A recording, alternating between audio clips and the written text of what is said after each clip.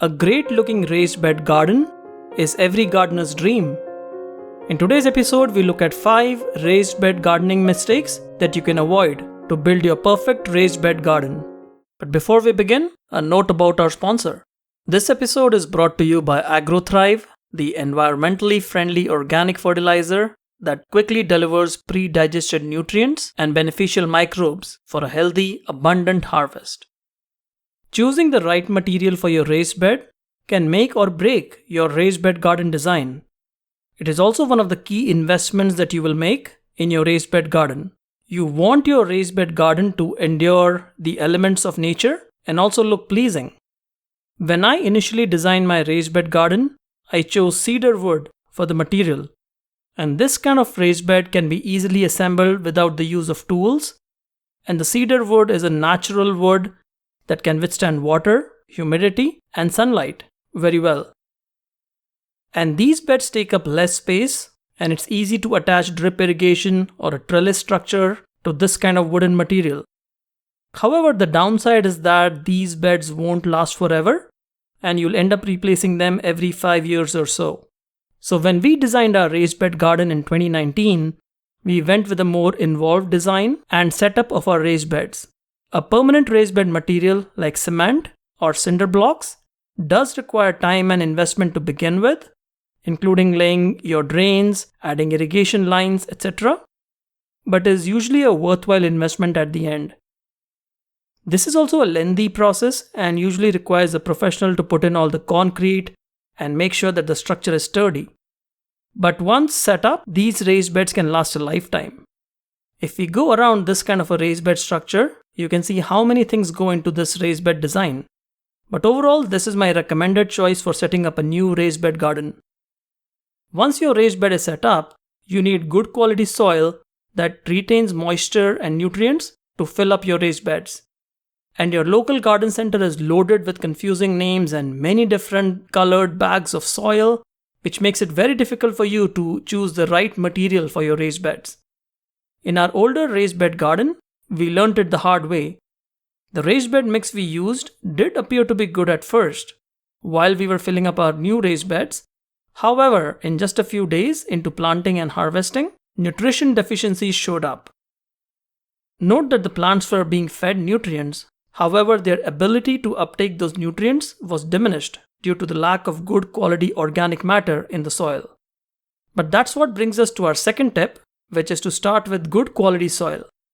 For our new raised beds, we had good quality black soil with organic amendments delivered to our home. This is a great mix of clay, sand, and silt with rich organic matter mixed in. We added this rich soil to start with into our newly made raised beds, and that gave us a great head start to our new raised bed garden. And you can see our new raised bed garden layout here. The material that we chose to build the raised bed, as well as the material we chose to start our raised bed garden, are of optimum quality. And these raised beds should last a lifetime. They also look very beautiful and are aesthetically pleasing to the eyes. The third raised bed gardening mistake to avoid is to not use sprinklers to water your garden. You can see sprinklers that we initially had. Although they are spraying at full capacity, there are extremely dry areas on the raised bed where the sprinkler stream cannot reach. This caused overwatering and wastage in some areas and lack of water in other areas, especially after the plants grew taller. In contrast, look at the raised bed where the sprinkler system has been converted to a low-pressure drip system using the manifold technique.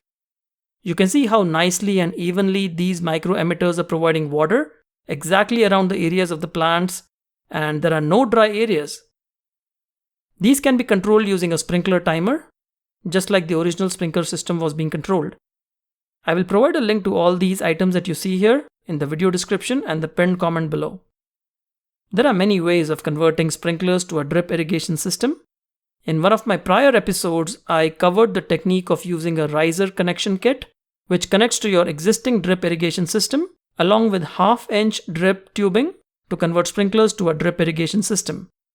You can use any kind of emitters like micro sprinklers, like these, and your existing timers will work in the scenario. You also have many choices for emitters that trickle a small stream of water or spray a wider stream. depending on the plants you have. Here is how the system looks like with the half-inch tubing and the micro sprinklers. It's a much better solution than sprinklers, which spray water everywhere. The emitters are also adjustable from just a trickle to full spray, which allow you to control how much water is flowing. This preserves water and prevents wastage by directing it to just your raised bed area and not outside it. We will now look at the manifold technique of drip irrigation conversion, which we did for our new raised bed garden. To convert sprinklers to drip irrigation using the manifold technique, remove the sprinkler head from its position. Next, attach the manifold with 2 or 4 outlets to the place where the sprinkler head was.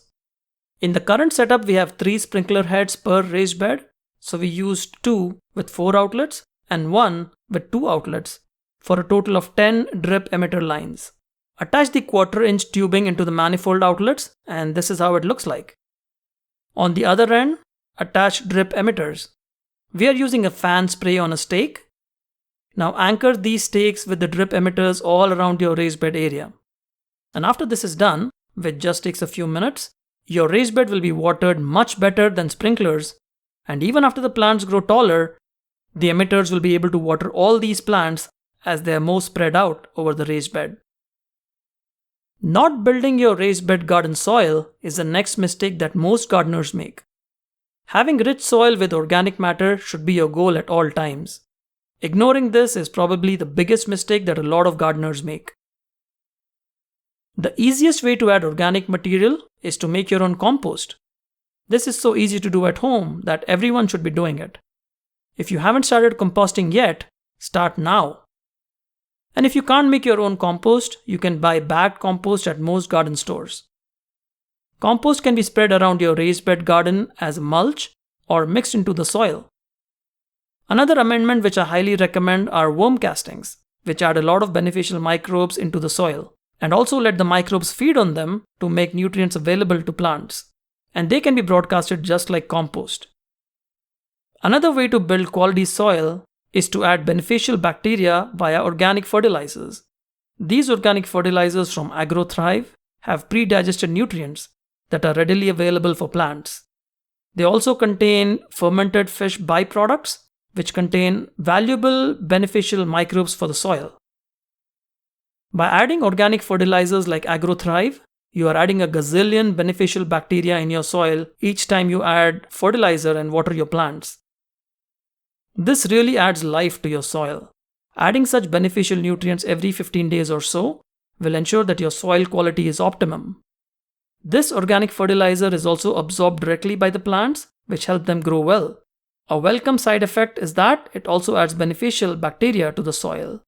So all in all, this is something that you should incorporate into your soil building regime. Mistake number 5 that gardeners make is not using the correct trellising method to support your plants. We demonstrated a trellis structure which can be added between raised beds and uses a simple concrete remesh sheet to help support your plants. Other trellis methods include the easy trellis that can be set up on the side of your raised bed and can be as tall as you like. Using simple items like a concrete remesh sheet, rebars for support, EMT conduits for securing your trellis, and some 8-inch cable ties or zip ties, you can easily set up this easy trellis in minutes. This adds a beautiful and sturdy trellis to your raised bed garden. The most recent trellis addition was the one that we made for our ivy gourd plant. These are 2 concrete remesh sheets that are held upright by 2 5-foot fence posts. The remesh sheets are elevated to about 18 inches for a total trellis height of 6 feet. It looks elegant, it's sturdy, and is another great choice for setting up a trellis for your raised bed garden. So there we have it, folks. That was our episode on the 5 raised bed garden mistakes to avoid. I hope you enjoyed this video. It takes me a long time to make videos like these, so I'd really appreciate if you could hit that like button if you found this video useful. If you have a question, post it in the comments box below. We'll see you again soon. Happy gardening!